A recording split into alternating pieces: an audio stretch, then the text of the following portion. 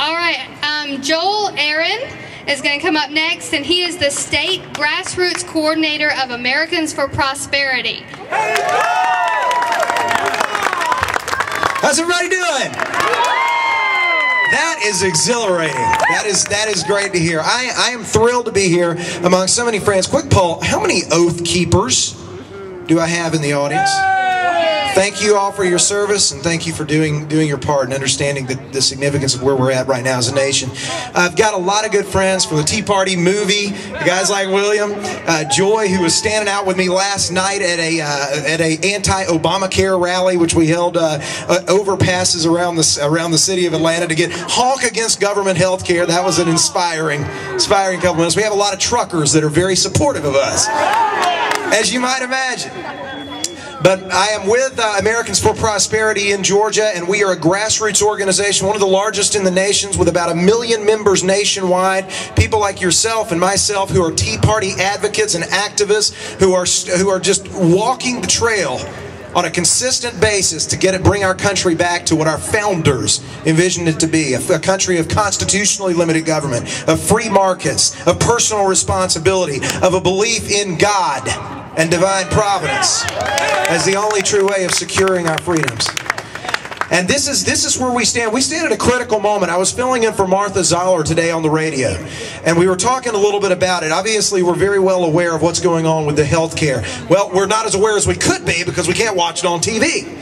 Even Brian Lamb sent a letter to Congress and to the administration yesterday saying, open this up. In all of my years with C-SPAN, I have never been denied coverage by a man who promised me the transparency I do not now have. Now, he was backed up by several representatives here in the state legislature that are also supportive of that and said, if you have nothing to hide, then open the door.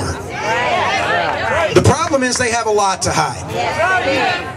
The problem is that they have destroyed the lines of delineation and the checks and balances that our founders put in place in our United States Constitution. I'll just give you one example, something we don't hear about all that often. But regulations under this new health care bill, as you might not know, if this health care bill passes, it's a blank check to the executive branch. Because there's a director of the Department of Health and Human Services who is charged in this bill with the authority for all regulation and how it will be determined in this health care legislation, how it will be implemented at the state level. That person is in charge of that, and that person falls under the executive branch, given authority for lawmaking. You just use the semantics, you call it regulation, and I guess it's something different. We all know it's not. And that's an example of this. But I'll tell you where we are as a nation, and it's a desperate time. It's a dangerous time, but it's a time we need to realize where we are at right now. In the next 12 months, our federal government will be asked to fund an additional $2 trillion in loans. We have to acquire an additional $2 trillion in loans to pay for the existing interest on the existing $12.5 trillion deficit that they just raised the debt limit on.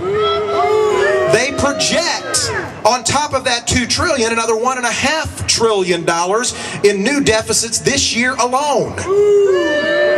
If you add that up, we are in dire straits. And where are we going to get this money from, folks? They suggest, the administration, you may not know this, it came out last night, but the administration has a new idea.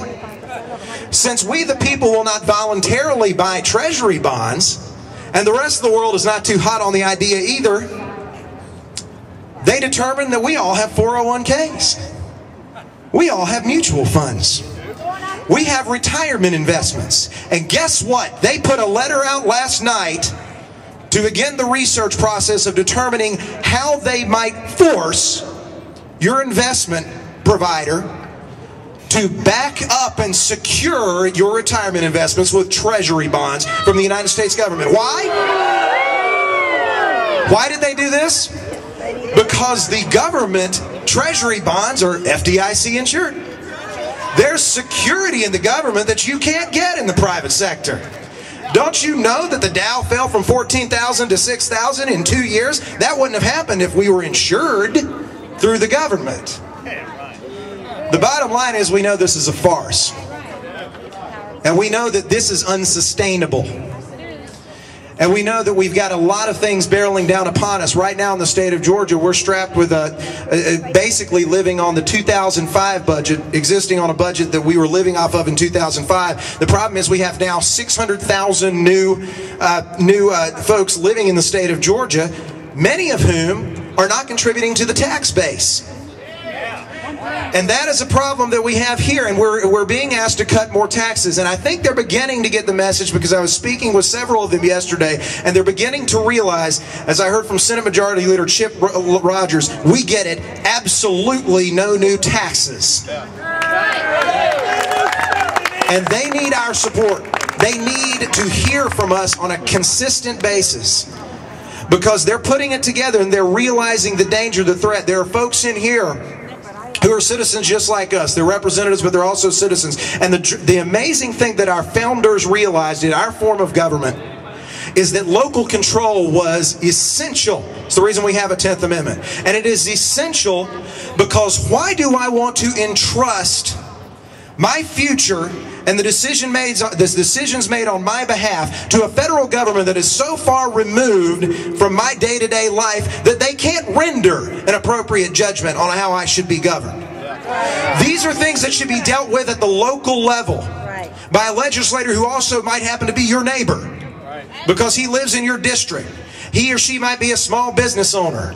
They're dealing with the same kinds of things when they take off that hat and they're a citizen that we deal with on a daily basis. In other words, at the local level, I have more of a vested interest in what happens. And that is where we are. We need to reassert the authority of the states. We need to stand on the authority that our Constitution gives us to be free and independent states. To make decisions. The Constitution says that the powers delegated to the federal government are few and limited. The powers given to us are much larger and much wider because they impact us more regularly on a day-to-day basis. And they are preserved by us. And so that's why I'm proud to be here.